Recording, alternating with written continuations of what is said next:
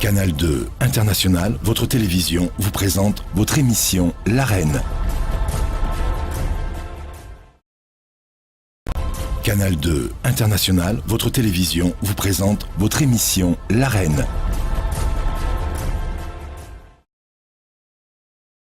L'Arène avec de nouveaux habillages en préparation, un nouveau visuel, un nouveau son très prochainement. Ceci n'était qu'une mise en bouche. Vous êtes bien dans votre émission. Vous le savez, cette émission consiste à croiser les regards. C'est le cœur, nous le disions tout le temps, de la contradiction. Nous mettons la contradiction au service de la vérité autour d'un sujet, autour d'un homme parfois. Et l'homme qui nous intéresse ce soir est un religieux qui a produit une importante littérature en matière politique. Je vous invite à la présentation complète de notre invité de ce soir et des autres protagonistes. C'est le coup de pinceau de Lille Piedjou. Ce soir, le gong retentit pour un prêtre de la Compagnie de Jésus, Ludovic Lado. Anthropologue, sociologue, politiste et bien sûr évangéliste. Scrute dans cette arène les effets attendus de la contribution du clergé, toutes confessions confondues, à la résolution de la crise dite anglophone au Cameroun. Et ce, à l'aune de l'Anglophone General Conference, appelée de tous les vœux par Christian Cardinal Toumi. Le père Ludovic Lado, autoproclamé dissident en raison de sa critique sociale sévère, puisera sans doute dans son parcours d'éducateur, ancien vice-recteur à l'Université catholique d'Afrique centrale, directeur de l'Institut de la dignité et des droits humains du Centre de recherche et d'action pour la paix à Abidjan, pour présenter sa grille de lecture de ces temps troublés dans le nord-ouest et le sud-ouest et pourquoi pas ailleurs. Parfois en rupture de banc avec la hiérarchie ecclésiale locale, le père Lado, dont les sorties ont souvent fait le miel des journaux, expliquera ce soir pourquoi cette littérature inattendue du prêtre qu'il est sur les dirigeants. Pour le duel avec lui, Wilfried Ekanga, analyste politique et essayiste, qui passera différentes opinions et options de l'invité de ce soir au crible de la critique sans complaisance dont il est lui-même adepte. Mais avant, pour l'interview, les deux journalistes de ce soir sont Cacharel Charles Ngafongan, coordonnateur des rédactions des sites d'information www.237online.com, www.agricdev.info et correspondant local de plusieurs magazines et sites d'information et lauréat du prix Lorenzo Natali de journalisme en 2010. Avec lui, Thierry Niopet, directeur de publication du bi-hebdomadaire Confidentiel et promoteur du site internet www.refletdafriquetv.com. Les gladiateurs bien installés, le début des hostilités après ses premiers coups de gong. À peine entendu retentir ce premier coup de gong, mais je reçois l'invité ce soir, Ludovic Lado, bonsoir. Bonsoir Rodrigue. Et bienvenue dans l'Arène. Merci. Un prêtre qui descend dans l'Arène, c'est assez commun? Oui, mais pour un jésuite, c'est pas effrayant parce que c'est une tradition habituée au débat. Voilà, donc nous formons nos étudiants à l'esprit critique et c'est bon pour la société. Le père Lado vit où en ce moment? Parce que depuis 2012, on a appris que vous êtes parti du Cameroun dans les conditions qu'on connaît. Vous avez critiqué notamment Monseigneur l'archevêque Tony Bakot à l'époque et vous avez été affecté à l'étranger. Qu'est-ce que vous faites maintenant en 2018, 5 ans après ou 6 ans après? Alors, quand je suis parti du Cameroun en 2012, je suis allé à Abidjan et j'y étais pendant 5 ans. Et en l'année académique 2017-2018, je l'ai passé aux États-Unis, dans une université où j'étais enseignant visiteur. Et donc là, j'en reviens et là, je suis en route pour N'Djamena, qui sera mon nouveau point de chute. Et avec le même temps, on a lu votre dernière lettre ouverte au nouveau nonce apostolique à Yaoundé. Il est un petit peu irrévérencieuse, un petit peu qui sort des sentiers battus. Oui, je pourrais dire à la limite que ça me caractérise un tout petit peu. Je pense que, encore une fois, que c'est comme on dit souvent, c'est du croisement des arguments que peut sortir la lumière. Et c'est vrai, c'était un tout petit peu provocateur, mais c'était dans le souci de la dignité humaine. Et encore une fois, je n'écris que ce dont je suis convaincu. Ouais. En tout cas, on l'a bien noté. On l'a noté avec moi, deux journalistes. Lille Piedjou l'indiquait à l'instant. Charles Cacharel Nganfongan, bonsoir. Bonsoir et bonsoir Péladou. Jusqu'à ce matin, candidat à la présidence régionale du SNJC, le syndicat national des journalistes camerounais. Est-ce que vous avez été élu, in fine? Moi, j'ai envie de dire que j'ai été élu, pas forcément mon nom, mais le projet que j'avais a été confié à quelqu'un d'autre. Et j'ai envie de croire que c'est donc moi qui ai été élu. En tout cas, l'essentiel est sauf. Il y a eu consensus, visiblement. Il y a eu consensus. Dans le ton que vous employez, on sent bien qu'il y a eu consensus. Dans les organisations révolutionnaires comme les syndicats, et on a abouti à un consensus et c'est le syndicat qui en sort vainqueur. Thierry Niopé, bonsoir. Bonsoir Audrey. Et bienvenue dans l'arène une nouvelle fois. C'est un plaisir. Je dis également bonsoir à Charles Cacharel Fongan, je dis bonsoir au Père Lado et je n'oublie pas de dire bonsoir aux téléspectateurs que je retrouve avec beaucoup de plaisir. Merci d'accepter une nouvelle fois notre invitation. Nous allons embrasser la première dorsale de cette interview. Elle consiste à savoir si ce sont des carillons ou le tocsin que le clergé a sonné en convoquant la conférence générale anglophone. C'est dans un instant, c'est la première ligne de cette arène ce soir, c'est tous contre un.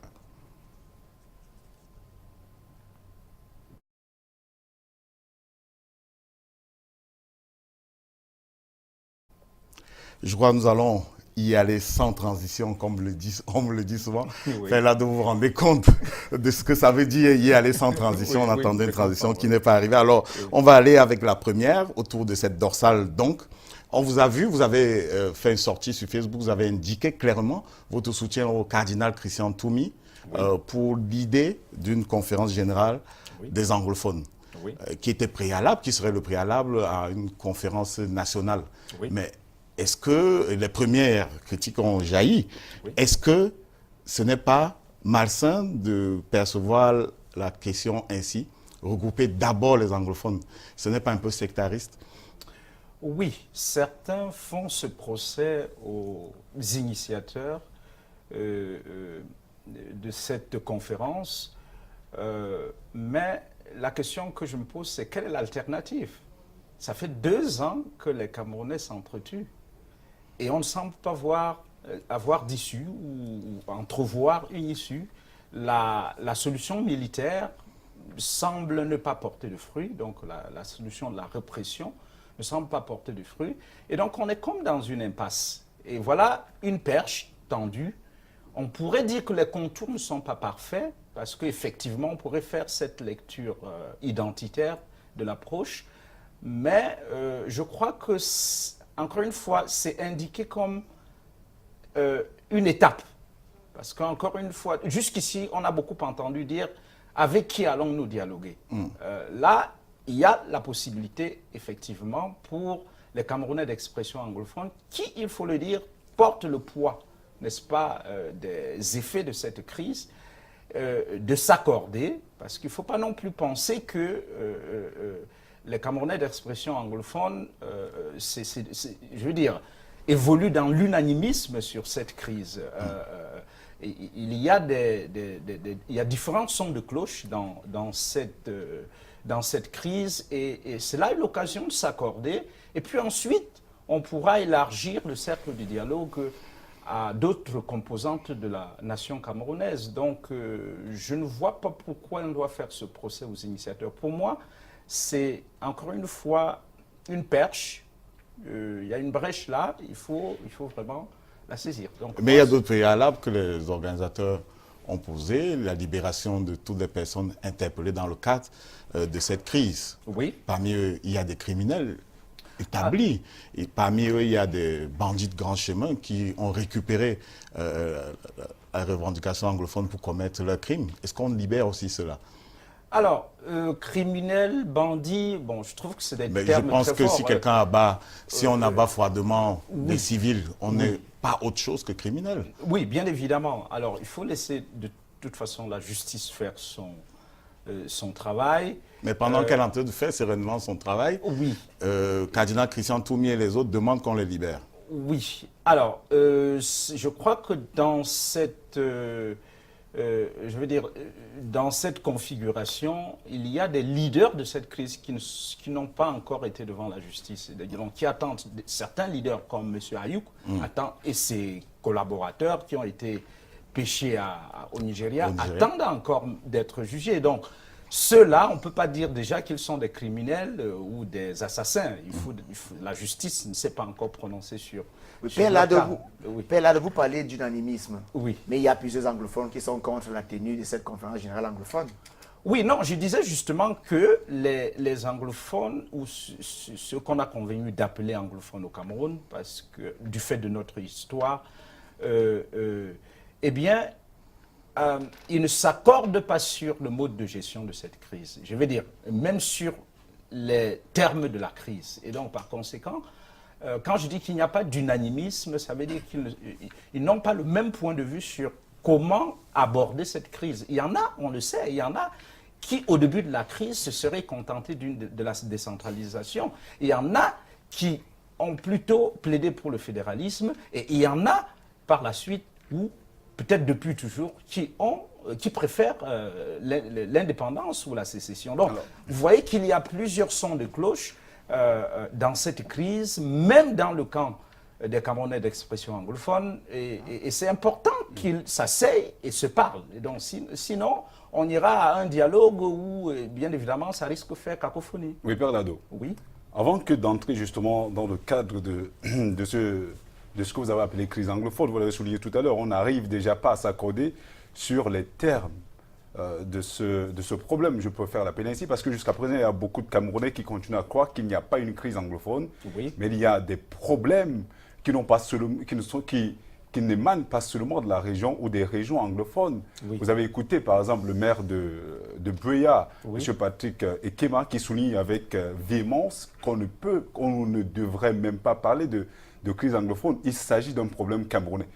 Comment définissez-vous la crise anglophone? Alors, c'est celle que nous avons sous les yeux. C'est-à-dire que depuis 2 ans, les régions du nord-ouest et du sud-ouest, qui sont principalement d'expression anglophone, sont dans un état de crise. Donc, Exactement, il s'agit de quoi? On peut discuter des termes, c'est-à-dire de la terminologie, du vocabulaire, mais il y a une réalité, il y a des faits qui sont là. Ça fait 2 ans que ce problème dure. On peut toujours continuer à faire la politique de l'Autriche.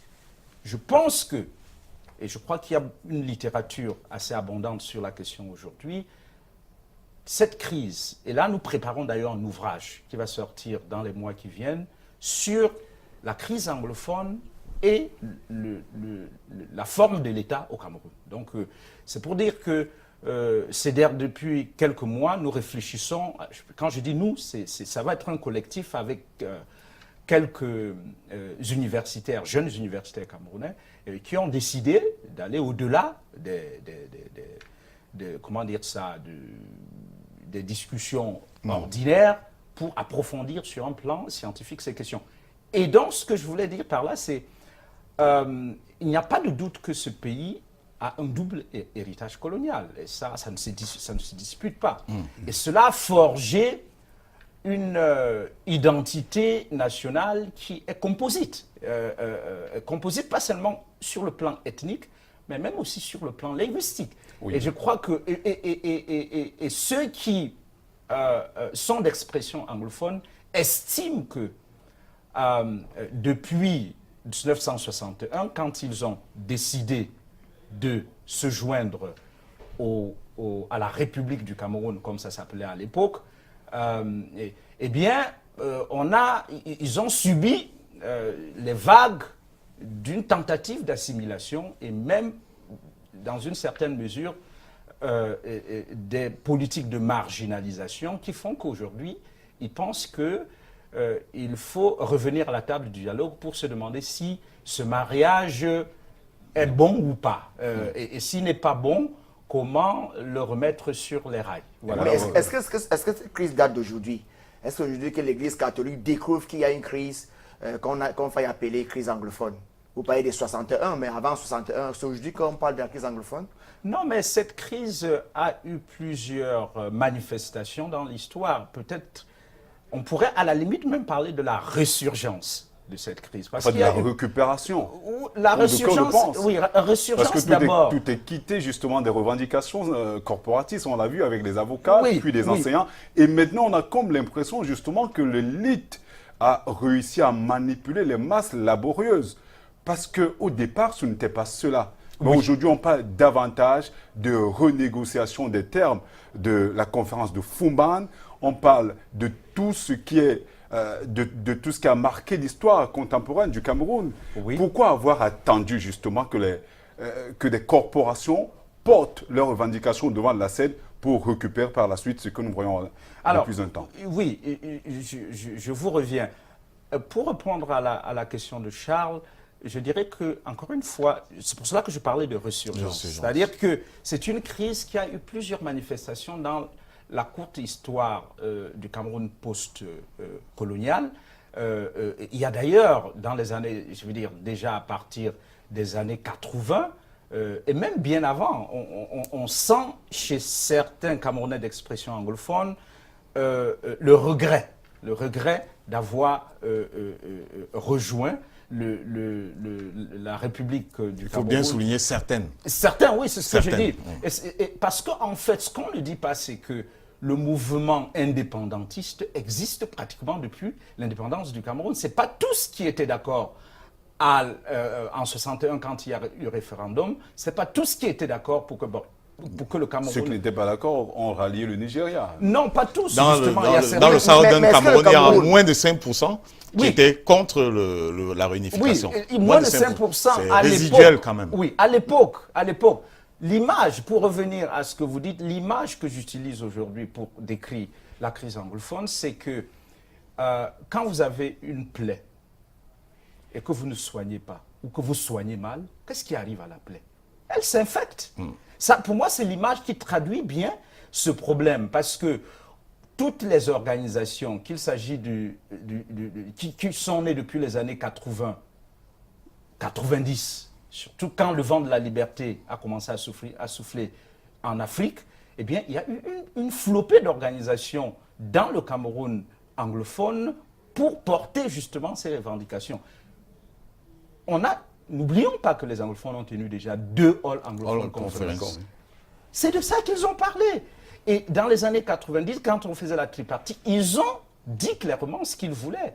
Mais on les a ignorés. Donc, c'est pour dire quoi? C'est pour dire qu'encore une fois, on n'a jamais pensé que ce problème prendrait une telle ampleur. Mais on en est là aujourd'hui. Alors, la question de Charles Fongan, est-ce que l'Église catholique avait fait un mauvais diagnostic ou alors se réveille tardivement? Ou simplement, comme suggère Thierry Niopé, récupère l'affaire? Non, mais il n'y a pas Pourquoi seulement en 2018 l'Église catholique ne récupère pas. Qu'est-ce que l'Église catholique a fait depuis que cette crise a démarré? Quand la crise démarre en 2016, septembre-octobre 2016, déjà au mois de novembre, si je ne me trompe pas, ou même avant, les évêques de la province ecclésiastique de Bamenda. Et donc, d'écrire au président de la République. Et se déplace même sur Yaoundé et demande une audience. Mais on ne les reçoit pas. Et justement, à ce niveau, l'Église catholique ne s'accorde pas. Non.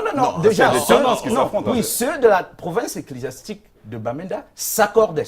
Et le 22 décembre, si j'ai bonne mémoire, ils publient alors leur mémorandum, qui est très mal reçu à Yaoundé.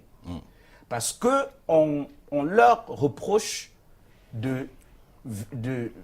si vous voulez, de verser de l'huile sur du feu, ou de s'aligner en quelque sorte avec parce que là-dedans, effectivement, il disait, il y a un contentieux historique qu'il faut solder, il y a un passif là qu'il faut solder, il faut qu'on s'asseye, qu'on se parle.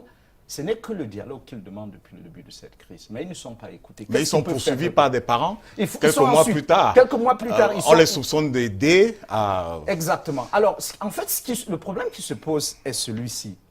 Les évêques de cette région se trouvent finalement pris entre le marteau du gouvernement et l'enclume des parents d'élèves. Non pas seulement parents d'élèves, mais des leaders de la contestation. Parce que d'un côté, puisque, je veux dire, à cette période, les écoles ne fonctionnent plus, et vous savez que l'Église catholique, n'est-ce pas, dirige un réseau important d'écoles, eh bien, le gouvernement fait pression sur les évêques pour que ces écoles s'ouvrent. Que l'école rouvre. De l'autre côté, les leaders de la contestation disent, eh bien, si vous ouvrez, ça veut dire que vous collaborez avec le gouvernement. Donc, qu'est-ce qu'ils font? Ils ne peuvent pas ouvrir, justement, parce qu'ils ne veulent pas ils ne veulent pas exposer les enfants à des représailles. Et finalement, un groupe de parents, quelques mois plus tard, portera plainte contre les évêques. On va leur intenter un procès qui finalement sera classé sans suite. Donc, c'est pour dire que les évêques n'ont pas eu la tâche, surtout ceux de la région anglophone, n'ont pas eu la tâche facile dans cette crise. Oui, Père Lado, comment, pour l'intellectuel que vous êtes, écrit l'histoire du Cameroun à partir de 1961? Pensez-vous qu'il est normal qu'aujourd'hui, on puisse dessiner le Cameroun à partir de cette séparation qu'on a eue notamment en 1919, qui a suivi en 1945? Est-ce qu'aujourd'hui, l'intellectuel que vous êtes, continuer également à soutenir qu'on puisse parler de deux Cameroun, alors qu'on sait que par le c'était un seul Cameroun? Oui. La deuxième question, la question qui va avec également, c'est que vous célébrez subitement les évêques. On a vu dans une de vos lettres, vous avez dit que la conférence épiscopale était une énième sous-section du RDPC. Mais aujourd'hui, vous demandez aux Camerounais d'accorder du crédit à des initiatives qui sont prises par des prêtres, par des évêques. Oui. Donc, mais il y a aussi des pasteurs. Serait-elle devenue subitement crédit? Non, le problème n'est pas à ce niveau. Alors, je n'écris pas l'histoire du Cameroun à partir de 1961. 1961 est une date clé de l'histoire du Cameroun. Le Cameroun était, si vous voulez, le Cameroun colonial sous les Allemands jusqu'en 1916, quand les Allemands perdent la Première Guerre mondiale. Et donc, le pays se divise entre les Anglais et les Français. Ça, c'est la petite histoire que nous connaissons. Et bien évidemment, dans les années 60, quand les pays africains se ruent vers l'indépendance, eh bien, il faut décider du sort de ces deux parties qu'on a confiées aux Anglais. Il faut décider du sort des deux parties. Déjà, en 60, la partie francophone a son indépendance, bien évidemment. Et il faut décider du sort de la partie qu'on a confiée au Nigeria. Et à ce moment, il y a Northern Cameroons et puis il y a Southern Cameroons. Vous savez bien qu'on a perdu Northern Cameroons. Donc, c'est pour dire que on ne peut pas, comme ça, dire que oui, on va reconstituer le Cameroun allemand, ça n'existe plus.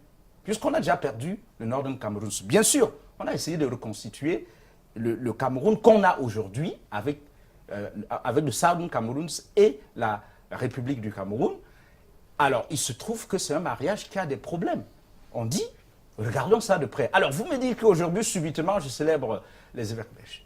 Quand je critique une action ou une posture de la conférence épiscopale, c'est par rapport à un fait politique bien précis. Quand je l'ai fait en 2011, c'était par rapport aux élections. Et j'avais estimé que leur posture ne me semblait pas digne de cette conférence à cette époque.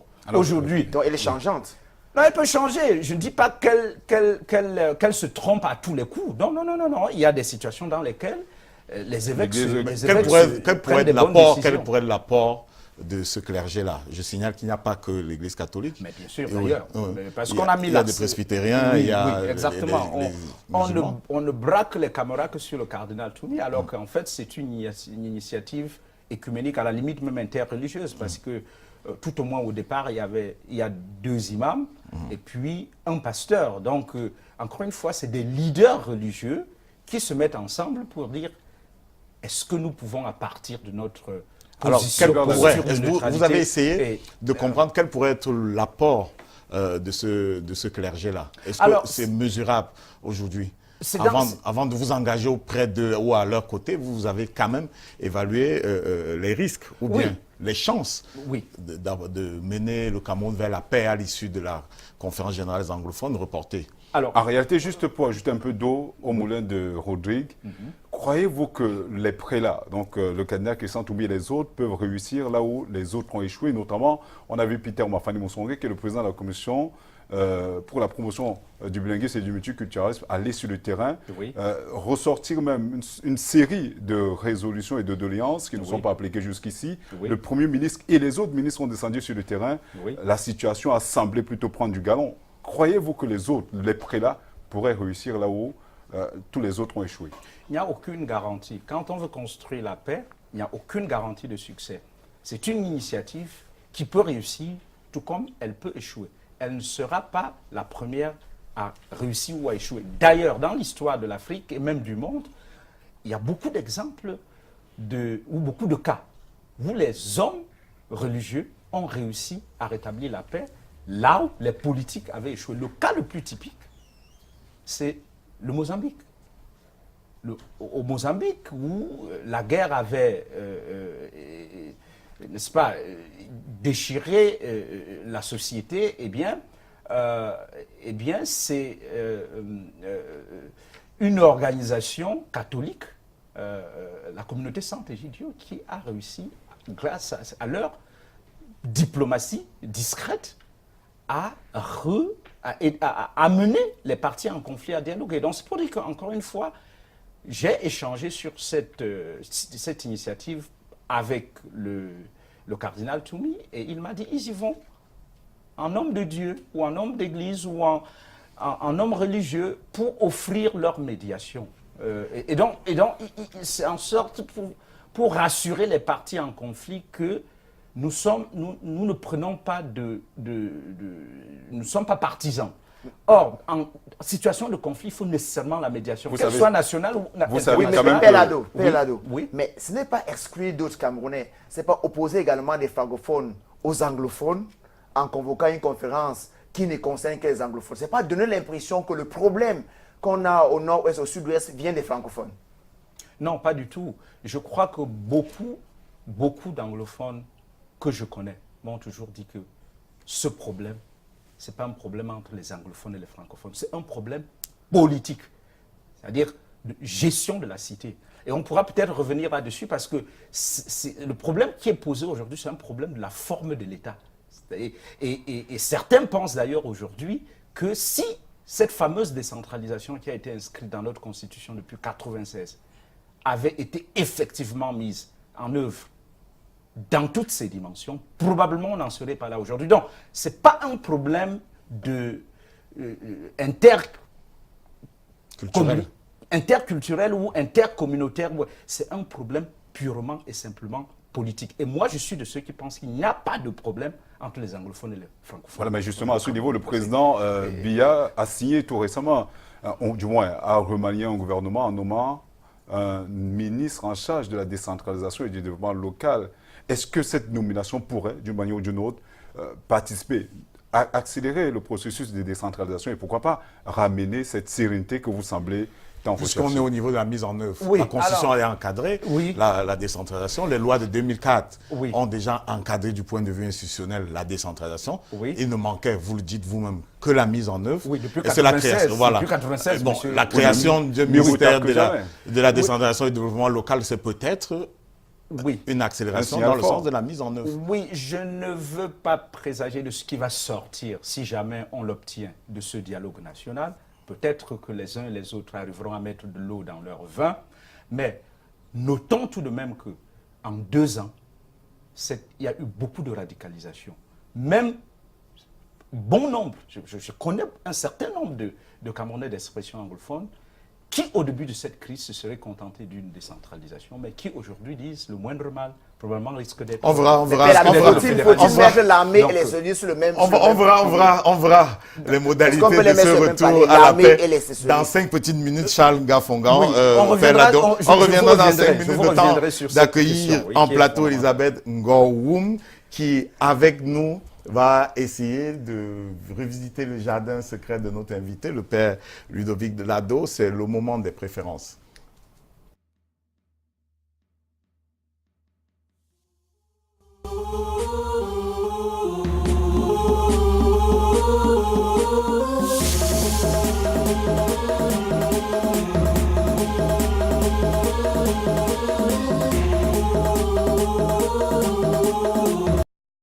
faudra se faire à ce nouvel habillage, à ces nouvelles sonorités dans l'arène. Nous signalons que dans les mois à venir, nous allons changer complètement les visuels également, mais une émission a une vie, ces habillages aussi vivent et meurent. L'ancien habillage de l'arène est mort. Place aux nouveaux habillages et aux changements visuels prochainement. Elisabeth Ngoum, bonsoir. Bonsoir, Audrey. Une nouvelle figure aussi après ces nouveaux habillages. Vous officiez à Suite FM, Radio Vision, la radio du groupe TV+, de laquelle dépend Canal 2 International. Effectivement, tous les matins, j'entretiens nos audio téléspectateurs dans le cadre de l'émission Suite Morning. Et ce soir, vous entretenez le père Ludovic Lado sur ses préférences. Ludovic Lado, bonsoir. Bonsoir. Dois-je vous appeler mon père ou alors docteur Lado? Je vous laisse le choix. Mais vous vous sentez bien dans quel titre? Je suis habitué à Père Lado.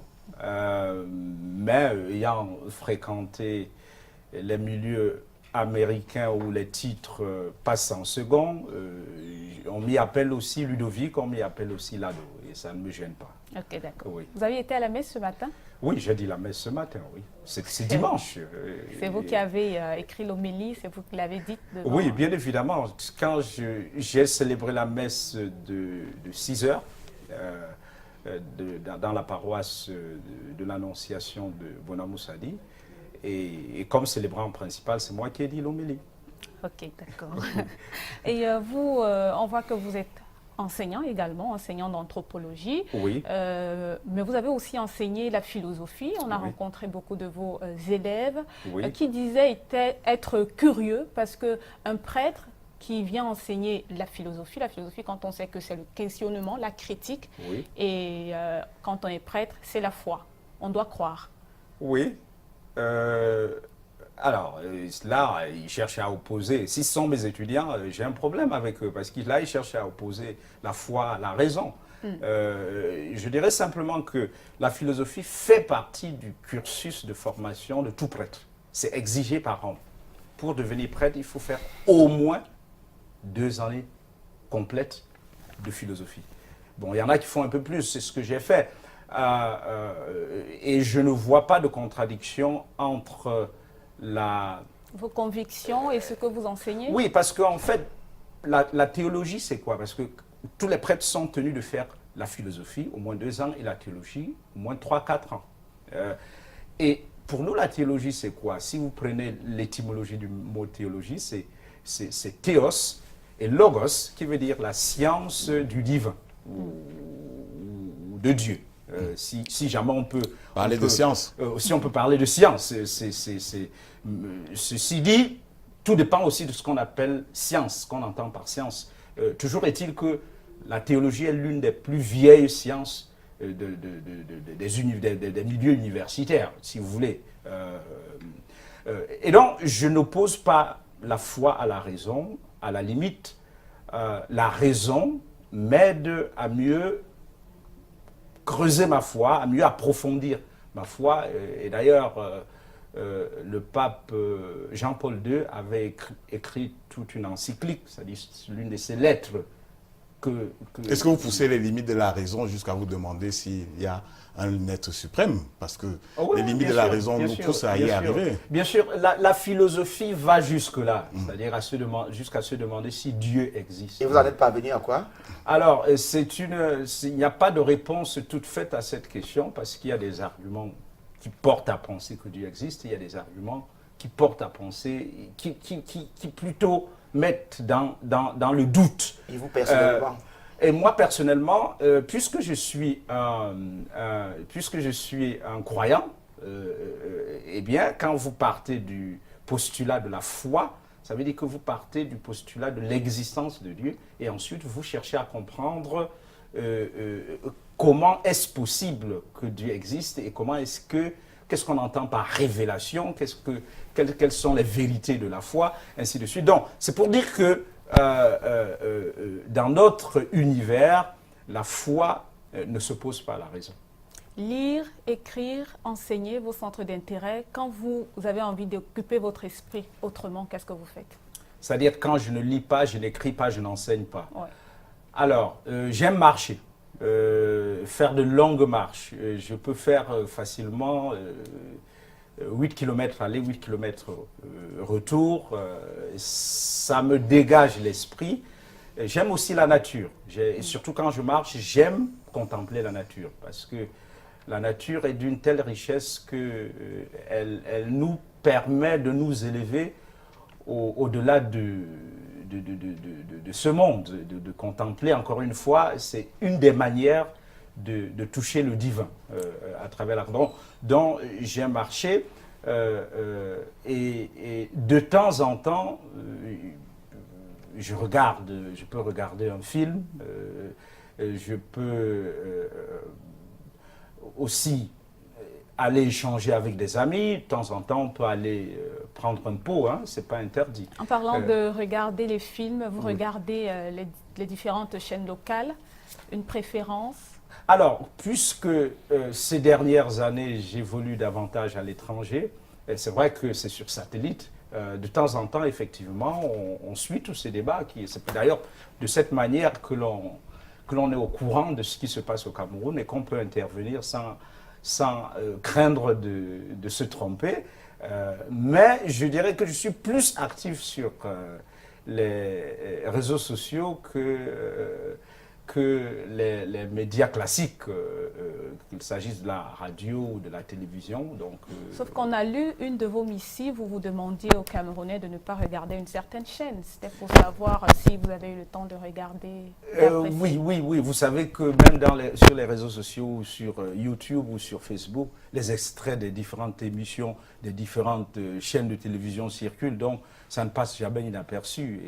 Et pratiquement, on peut s'enquérir de ce qui se passe sur les réseaux sociaux, notamment. Oui. Vous avez appelé les Camerounais à voter pour un candidat et qu'on ait la paix, finalement. Non, je n'ai jamais, ça ne fait pas partie je ne suis pas dans la campagne d'un candidat, jamais.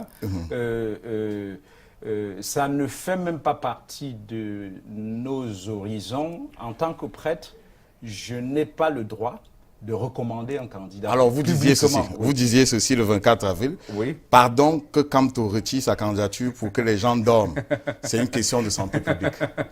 Oui, c'était à une époque où, justement, je crois que Kamto venait d'annoncer qu'il compte présenter sa candidature. Et il y avait tout un lever de bouclier autour de sa candidature. Et pour blaguer, j'ai dit simplement que pour que les esprits s'apaisent, peut-être qu'il ferait mieux de retirer sa candidature. Ce n'était pas pour recommander qui que ce soit. Recommander peut-être son adversaire. Non, pas du tout. Encore une fois, ça ne fait pas partie de mes horizons de recommander des candidats. Je sais que je suis, et ça je ne l'ai jamais caché, je suis contre le système en place, c'est-à-dire le régime, mais je n'ai pas personnellement de pièces de réchange. Il faut que ce système a trop duré, ça a fait trop de mal aux Camerounais. Mon souhait, c'est qu'il s'effrite et qu'il s'écroule et qu'on donne la possibilité aux Camerounais de choisir un autre. Oui, aujourd'hui, vous êtes aussi reconnu pour votre franc-parler. Vous vous reconnaissez dans ce caractère? J'essaie de dire ce que je pense. Est-ce que vous pensez que votre affectation à la Côte d'Ivoire était une affectation disciplinaire? Non, pas du tout, parce que mon casier judiciaire, qu'il s'agisse du civil que du religieux, est vierge. Je n'ai jamais reçu de lettre de blâme, ni même pas de lettre jamais dans mes activités, mon casier judiciaire. Comment avez-vous accueilli le départ de Monseigneur Bakot à la tête de l'archidiocèse de Yaoundé? Vous avez vécu ça de loin? De très loin. Vous avez certainement été heureux. Heureux de quoi? Quand on connaît la fin de votre collaboration en 2012. Oui. On dit, bon, bien évidemment, on a eu cette querelle. Cette passe d'âme. Oui, mais avant cela, je n'avais pas de relation particulière avec Monseigneur Tony Bakot, en dehors du fait qu'il était le grand chancelier de l'UCAC et donc mon chef hiérarchique de très loin. Mais sinon, on n'avait aucun problème. Je n'entretenais pas de relation conflictuelle avec lui. Il se trouve simplement que cette fameuse lettre qui a fait couler beaucoup de salive et d'encre, eh bien, semblait m'indexer. J'ai été obligé de me défendre, mais sans animosité. Et honnêtement, je n'ai jamais eu de ressentiment à son égard. J'ai essayé d'expliquer pourquoi je pensais qu'il se trompait et je continue de penser qu'il, non seulement il s'est trompé, mais qu'il a été induit en erreur par des faux frères, c'est ce qu'il faut dire.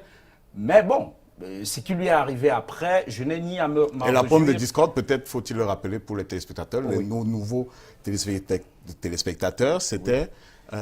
Il estimait qu'il y avait un trop-plein d'étudiants d'une certaine région. Certainement de l'Ouest, la région de l'Ouest. Oui, à l'UQAC. Ça nous ramène au fameux problème de l'équilibre régional. Est-ce qu'il faut l'appliquer dans les structures privées? Peut-être que sa préoccupation était légitime, elle a été mal posée. C'est ça le problème. Parce que le débat sur l'équilibre régional est d'actualité. Ce n'est pas encore évacué. On est loin de le faire. Donc, c'est pour dire que ça posait un problème. Parce que l'équilibre régional est une politique publique et on ne peut pas demander à une structure privée de l'appliquer. Donc, même s'il y a eu des insignations qui portaient à penser que ce trop-plein était dû à du favoritisme. Bon. Mais vous êtes vous-même originaire de l'Ouest. Mais bien évidemment. Quand on se retrouve à une faculté avec un trop-plein, entre guillemets, d'étudiants originaires de l'Ouest, on peut vous soupçonner effectivement de favoriser les vôtres. On peut soupçonner, bien évidemment. Vous n'êtes pas défendu de cette accusation. Alors, vous n'avez jamais voulu vous défendre de cette accusation. Est-ce que vous accusez le coup? Non, j'avais écrit à l'époque pour simplement expliquer les procédures et pour montrer qu'en réalité, mon entourage, j'ai dit deux choses. J'ai dit simplement deux choses. J'ai dit que pour ce qui concerne les enseignants, j'ai expliqué que je ne recrute pas. C'est le recteur qui recrute. Donc, il y a eu un comité de recrutement. Donc ça, tous ceux qui ont travaillé avec moi le savent. Je n'ai pas recruté un seul enseignant permanent pendant mes 5 ans à l'UQAC. Donc, faire ce procès, il faut le faire à ceux qui ont recruté avant moi. Et c'était un Européen. Deuxièmement, pour les étudiants, j'ai aussi expliqué la procédure pour montrer que mes collaborateurs les plus proches n'étaient, pendant mon temps, ni mes secrétaires, ni mes assistants, n'étaient pas de ma région. Et donc, et c'est eux qui étaient au cœur du système du concours. Quel intérêt aurait-il à privilégier les gens de cette région? Donc, en peu de mots, c'est ce que j'avais dit. Donc, j'ai simplement expliqué les procédures parce que je ne voulais pas entrer dans une polémique qui ne devait pas nous servir. Voilà. Nous allons remercier Elisabeth Ngoum pour cette plongée dans le jardin secret de notre invité, le père Ludovic Lado. Merci, on espère vous retrouver très bientôt. Et le rendez-vous est noté également sur Suite FM Radio. Nous revenons à la première dorsale de cette émission, celle qui concerne le regard ou bien l'apport qui peut être celle du clergé catholique, l'apport qui peut être celui du clergé catholique à la résorption de la crise anglophone. Et nous étions sur une question de Charles Cacharel Ngafonga. Oui, qui portait sur les préalables qui ont été mises par le candidat Tsumi pour la tenue de ce All Anglophone Congress. Notamment celle relative à l'obligation pour les partis belligérants, entre guillemets, de déposer les armes. Oui. N'est-ce pas mettre sur le même palier l'armée régulière et des personnes qu'on appellerait des sécessionnistes? Est-ce normal qu'une armée régulière cesse de faire le travail qui est le sien? Alors, si on pose la question de cette manière, en l'isolant du contexte ou bien de l'historique de cette crise, oui, ça pose problème de mettre sur le même pied une armée et un mouvement rebelle, sécessionniste. Mais relisons cette crise. Quand elle commence, on ne parle même pas de sécession. Quand elle commence, on parle des revendications corporatistes. Et ces gens n'ont pas d'armes. On me dira qu'entre-temps, leur agenda a évolué parce qu'au début, ils ne revendiquaient que... et puis le gouvernement... Ou bien les revendications, c'était seulement des chevaux de Troie. Oui, c'est ce que ça certains disent. Être des chevaux de certains parlent d'agenda caché, mais pour le moment, personne n'a encore prouvé qu'il y avait un agenda caché. Ce que je constate, mais Père Lado, ça on peut le prouver. Comment vous le prouvez? On a vu des réunions se tenir aux États-Unis, on a vu des quêtes organisées justement par certains membres de la diaspora. D'ailleurs, vous êtes l'une des têtes pensantes justement de la diaspora active camerounaise. Oui. Il y a beaucoup d'argent qui a été collecté. C'est la raison pour laquelle justement on pense que la crise anglophone ou les revendications corporatistes comme l'a souligné Rory Tongen, n'était que le cheval de Troie. Il y avait un agenda suffisamment bien élaboré. Et la preuve, par la suite, on a vu la naissance d'un État qu'on appelait Ambazonie par la suite. Bon, Thierry, encore une fois, revenons sur l'historique de cette crise. Quand les syndicats, des avocats, des enseignants, et même après des étudiants, parce qu'encore c'est comme ça que ça a commencé, entrent en grève pour des revendications corporatistes, eh bien, ils demandent que l'on apporte des solutions à leurs revendications. Ce qui a été fait par le gouvernement. Par la suite, ce n'est qu'à partir de janvier qu'on peut parler véritablement de solutions. Ce qui veut dire quand même que quelque chose a été fait. Oui, il y a eu une tentative de dialogue qui n'a pas abouti. Je ne dis pas que le gouvernement n'a rien fait par rapport à cette crise. Mais justement, je pense, moi, que l'humiliation des étudiants de Buea, que nous avons vue, nous tous, a été la goutte d'eau qui a fait déborder le vase. Pourquoi?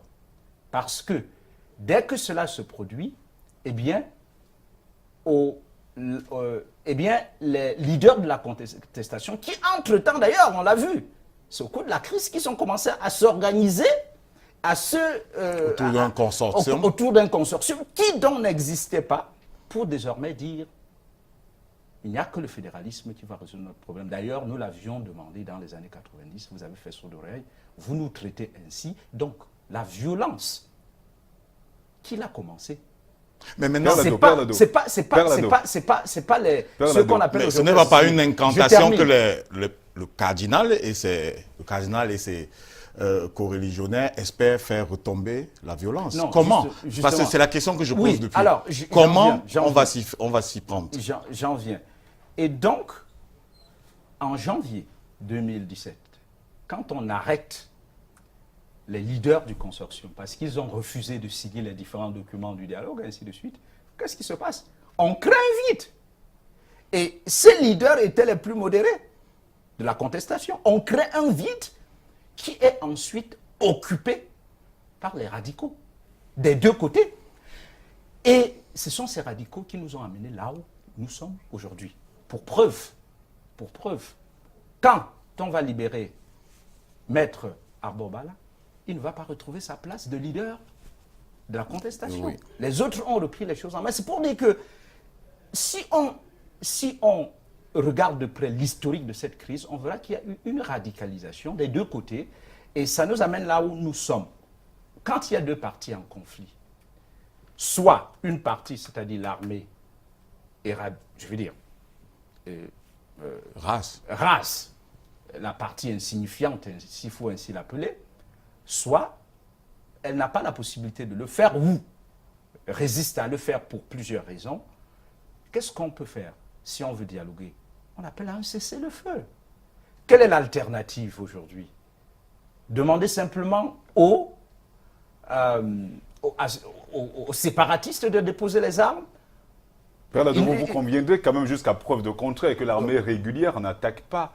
L'armée régulière réagit justement aux attaques. Comment pouvez-vous imaginer un temps soit peu qu'on égorge un homme en tenue, qu'on égorge des gens qui ont voulu simplement parfois secourir une jeune femme qui a crié détresse? Comment peut-on comprendre qu'un chef traditionnel, qu'une autorité traditionnelle soit extirpée d'une église, tuée? Ne pensez-vous pas qu'il est plus que jamais temps pour les uns et les autres de fumer véritablement le calumet de la paix et surtout à ceux qui ont moins de force? Parce que quand on est face à une armée régulière qui a des armes de destruction, comme on les appelle communément, quand vous êtes face à une armée comme celle-là et que vous n'avez pas la capacité de résister, quelle est l'alternative? Déposer les armes et passer à la négociation, vous ne pensez pas?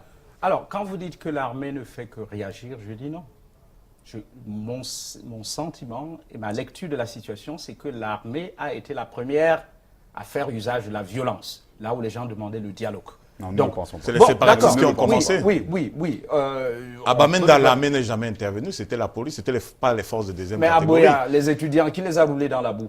C'était la police et la gendarmerie. Ah bon, oui, donc, ok. Donc, non, mais c'était pas l'armée. Les forces de sécurité. Pas l'armée. L'armée intervient parce que... quelques actes isolés de... L'armée intervient, s'il vous plaît, il faut faire des petites précisions.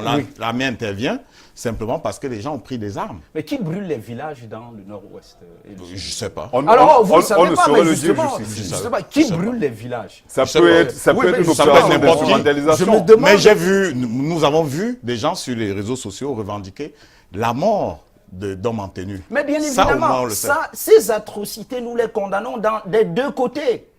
Nous les condamnons parce que, encore une fois, et c'est pour cela que nous appelons au dialogue depuis le début de cette crise.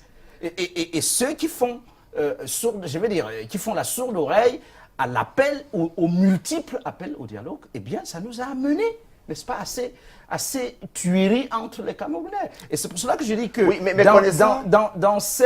dans cette crise, le gouvernement et son armée n'ont pas les mêmes propres. C'est l'armée du peuple. Connaissant le système. Mais je ne me reconnais pas dans cette armée qui brûle les villages. Ce n'est pas établi. Ce n'est pas établi que ce soit l'armée qui ait brûlé les villages. Oui, mais bien évidemment. Ce sont des images qui nous parviennent des réseaux sociaux. Oui, mais bien évidemment, il faut quand même dire qu'il y a eu une série de rapports des organisations des droits de l'homme, de défense des droits de l'homme. Oui, mais justement parce qu'on leur donne... Qui se limitent justement aux rapports parfois tronqués de quelques partisans qui veulent ces rapports Je crois que c'est des professionnels. Ces rapports Père Lado, ce ne sont pas des paroles d'évangile. Mais ce ne sont pas des paroles d'évangile, mais je pose la question à un prêtre. C'est des professionnels. Je respecte leur expertise. Quand une organisation de l'ONU s'inquiète des méthodes d'intervention des forces de sécurité et de l'armée, eh bien, c'est pas n'importe qui. Mais quand ça se passe mal, le gouvernement reconnaît que les militaires ont fauté. Le dernier cas en date, c'est la fameuse vidéo. Voilà. Ah ben oui, le gouvernement a reconnu. Donc c'est la preuve de la bonne foi. Non, attention, monsieur. C'est la preuve de sa bonne foi. La première réaction. C'est une preuve quand même. Non, attention. La première réaction du gouvernement a été de dire, par son porte-parole, a été de dire, et ça m'a même surpris parce que il y a une situation, le chef de l'État dit faites une enquête, avant même que l'on obtienne les résultats de l'enquête, le fameux porte-parole est déjà sur les antennes. Vous dites que c'est un fake. C'est une position principielle. C'est une position principielle. À l'église catholique, on a bien des positions principiales. Oui. Il y a une position de principe que vous adoptez d'abord, avant l'examen des faits. Dans toutes les organisations sociales, ça existe. À l'église, avec plus de prégnance. Oui, on peut dire présomption d'innocence. Mais ne pas dire que c'est un fake news. Et aller même jusqu'à attribuer cette vidéo à un pays ami, ça c'est quand même aller trop loin. Alors, mais nous retenons ce qui est heureux, ce qui est essentiel. Oui. C'est que le gouvernement a reconnu que voilà, il y a une enquête qui est ouverte, il y a des gens qui ont été interpellés. Si c'est pas à cause des pressions internationales, justement, de toutes ces organisations. Nous notons que c'est en raison de la bonne foi. Qu'est-ce qui vous fait croire que le gouvernement céderait à ces préalables-là, connaissant le système que vous avez souvent dénoncé? Est-ce parce que c'est subitement l'Église catholique que vous accusez également assez souvent de jouer le jeu du gouvernement? Non, je n'accuse pas l'Église catholique de jouer le jeu du gouvernement.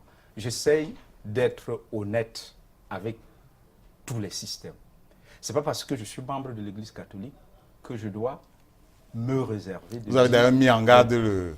J'ai dit au nonce que, écoutez, voilà ma lecture, ma vision du pays dans lequel vous allez atterrir. Donc, à vous de voir comment vous allez vous y déployer. Et donc, c'est pour dire que non, je ne suis pas complaisant avec l'Église catholique. C'est pour cela d'ailleurs que quand j'ai à dire sur ce que j'estime être des faux pas, je n'hésite pas à les dire. Donc, je ne présume pas de la bonne foi du gouvernement, donc je ne pense pas nécessairement que le gouvernement va... D'ailleurs, ils l'ont déjà dit, les préalables ne sont pas acceptables. Mais est-ce pour autant que l'on doit enterrer l'initiative? Non. Mais parlez de vous. Je crois que même sans ces préalables, il faut aller à cette conférence et travailler. Et vous l'avez dit au cardinal? qu'il faut désormais abandonner ces préalables-là et aller au dialogue? Non, je n'ai pas d'ordre à donner au cardinal, puisque il a des suggestions. Oui, je crois qu'ils ont bien compris aujourd'hui que ces préalables ne devraient pas être des conditions. C'est-à-dire que si on ne les obtient pas, on n'aura pas la conférence. Je ne crois pas qu'on en est là. Oui. Et donc, c'est pour cela d'ailleurs, vous l'avez vu, ils ont reporté cette conférence pour mieux la préparer. Ça veut dire qu'ils continuent à y croire malgré les critiques qui ont fait. Mais vous confessez que c'était quand même hâtif. Vous retrouvez ceux qui pensent que c'était hâtif? C'était hâtif parce que certains pensaient que la tenir avant les élections pourrait avoir des effets, disons, bonifiants sur la situation actuelle. Mais ils se sont rendus compte que la situation est tellement grave. Et puis, de toute façon, ayant publié l'annonce, la convocation, eh bien, ils ont eu un feedback. Et ça leur a permis de recadrer l'organisation de cette conférence. Et je crois que, eh bien, ça va permettre, encore une fois, de mieux... Et parmi les feedbacks, le report va permettre de mieux... Parmi les feedbacks, il y a celui du maire de Buea, qui nous a posé une déconvenue la semaine dernière. Nous le lui pardonnons. Il y a, lui, l'édile de la ville de Buea qui estime que ça va se tenir partout au Cameroun, sauf à Buea. Alors, oui. Il y a une élite du Sud-Ouest qui s'est rassemblée samedi dernier, samedi il y a une semaine à Yaoundé, estimant que la menace vient du Nord-Ouest. Et parmi les leaders de la All Anglophone Conference, on retrouve le cardinal Christian Toumi qui est originaire du Nord-Ouest. Est-ce que vous comprenez, et Charles Gafonga posait le problème tout à l'heure, mais on n'a pas toujours de réponse. Est-ce que vous comprenez l'élite du Sud-Ouest qui estime aujourd'hui que la menace, en fait, c'est le Nord-Ouest qui l'a embarqué dans cette affaire? De quelle élite s'agit-il? Parce qu'encore J'ai cité quelques noms. Oui, encore une fois, le maire, on connaît bien le positionnement politique du maire et le rôle trouble qu'il a joué dans cette crise depuis le début. De toute façon, il fait partie de ceux qui n'ont pas facilité, si vous voulez, eu un langage de nature à apaiser les esprits dans cette crise. Donc, on connaît son positionnement et on sait qu'ils sont de ceux qui ont le plus critiqué cette crise. J'ai cru comprendre qu'il s'y est opposé de front parce qu'il estimait que personne ne l'a approché pour dire est-ce que ça vous générait... Mais il n'est pas le seul. Il y a des organisations également anglophones de la diaspora qui sont contre l'initiative. Mais bien évidemment, il n'est pas le seul. Et qui sont anglophones. Oui, bien évidemment. Je ne dis pas que tous les anglophones, encore une fois, ce n'est pas l'unanimisme. Tous les anglophones ne sont pas nécessairement pour cette initiative, mais les opposants les plus farouches sont les séparatistes. Parce qu'encore une fois, ils estiment que c'est probablement le camp des modérés qui essaie de se mettre en place, de s'organiser. Et donc, par conséquent, ça risque de déradicaliser cette crise. Donc, qu'il y ait donc des oppositions ou des critiques acerbes de cette initiative, aussi bien du côté du régime que du côté des séparatistes, eh bien, il ne faut pas que ça nous surprenne. Aucune initiative de paix n'est facile. Les bâtisseurs de la paix sont souvent obligés de se frayer un chemin, n'est-ce pas, dans des circonstances extrêmement difficiles. Et donc, moi, je reste convaincu que c'est une occasion d'or à ne pas rater. Parce que quelle est l'alternative? C'est ça ma question. Oui, justement, pour être honnête envers vous-même, oui, merci Rodrigue. Pour être honnête envers vous-même, vous êtes convaincu quand même que ce dialogue n'apportera rien justement à la résolution de cette crise? Parce que pour vous, la seule alternative possible, c'est le départ du président Biya, qui pourrait, pourquoi pas, être une chance pour le retour de la paix et pourquoi pas le changement de paradigme au Cameroun. Je suis de toute façon convaincu que si le président avait décidé de ne pas se représenter à l'élection présidentielle, donc aux élections présidentielles du 7 octobre, ça aurait pu, je pense. Mais plus que c'est représenté, cela dit qu'il n'y a plus de chance. Non, je ne dis pas qu'il n'y a plus de chance, même si je ne suis pas convaincu que ceux qui ont créé cette crise, par leur mode de gestion du Cameroun, ont les moyens éthiques de la résoudre. Parce que Einstein, je finis par une citation de Einstein qui disait qu'on ne peut pas résoudre un problème au même niveau de conscience qu'il a créé. Donc c'est pour dire que les acteurs actuels qui n'ont pas pu aider à la déradicalisation de cette crise, ça m'étonnerait qu'ils aient des outils pour aider. Donc même l'organisation de Paul Atangandi au ministère de l'administration territoriale ne résoudrait pas le problème. Je pense que c'est l'une des grosses erreurs de ce régime. Parce que, encore une fois, on sait quel regard un certain nombre de Camerounais d'expression anglophone portent sur la personne Atangandi. On l'a vu pendant les événements. Mais c'est celui-là que vous mettez. Donc vous avez comme l'impression que le président vous êtes légaliste et c'est inscrit dans la Constitution, le président de la République, nos emplois civils. Oui, militaires, c'est le président de la République, donc non qui veut, quelle collecte on va revisiter la question de la collecte dans un instant, mais je voudrais simplement dire que le ministre Atangandi et les autres ont toujours estimé qu'il y avait derrière les tenants de la crise anglophone des gens qui voulaient prendre le pouvoir de façon lâche en s'arc-boutant sur une idée ou sur l'idée de la frustration anglophone. Dire qu'il y a un problème de leadership au Cameroun et que ce problème de changement de leadership aurait pu aider à résoudre la crise anglophone donne du crédit à ceux qui pensent que c'est les gens qui veulent récupérer le pouvoir sans passer par les Non, quand je dis ça, c'est mon point de vue personnel sur l'issue de cette crise. Je pense qu'en 2 ans, le régime a montré ses limites dans la gestion de cette crise. Qu'est-ce qui nous fait croire qu'elle peut la résoudre aujourd'hui? Question peut-être avec Claude Wilfried Ekanga qui est arrivé en plateau. Avec lui, vous allez discuter pendant un quart d'heure sur ce qui a été dit ici par vous et peut-être ce qui a été dit avant. Mais nous restons dans la même trame, la question de l'apport du clergé à la résorption de la crise anglophone. C'est le duel.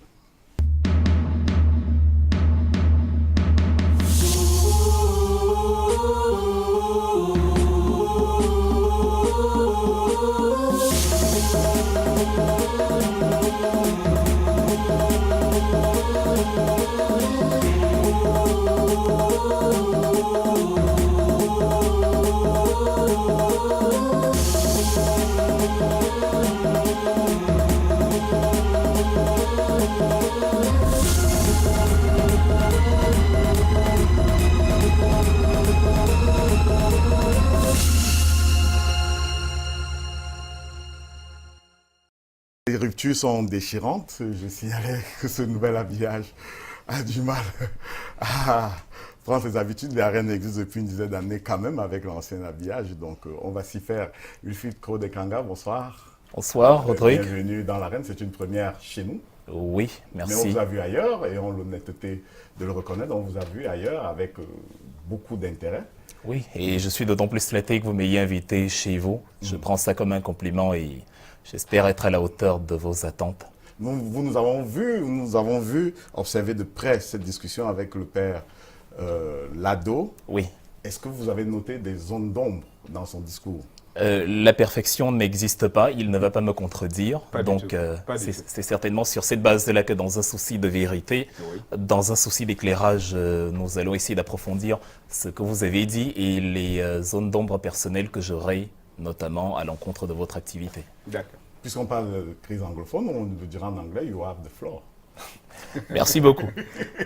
Alors mon père, bon, on va appeler ça, je vais vous taquiner un peu en privilégiant l'appellation Monsieur Lado, dans un souci de laïcité qui m'est un peu cher parce qu'on est d'une certaine façon sur le service public, même si c'est une chaîne privée. Alors je vais commencer par la première question que j'ai à votre endroit. Vous avez fait une sortie il y a quelque temps où vous disiez au président Paul Biya de choisir devant le dilemme qui lui est proposé entre le fait de partir dignement ou d'être chassé comme un malpropre.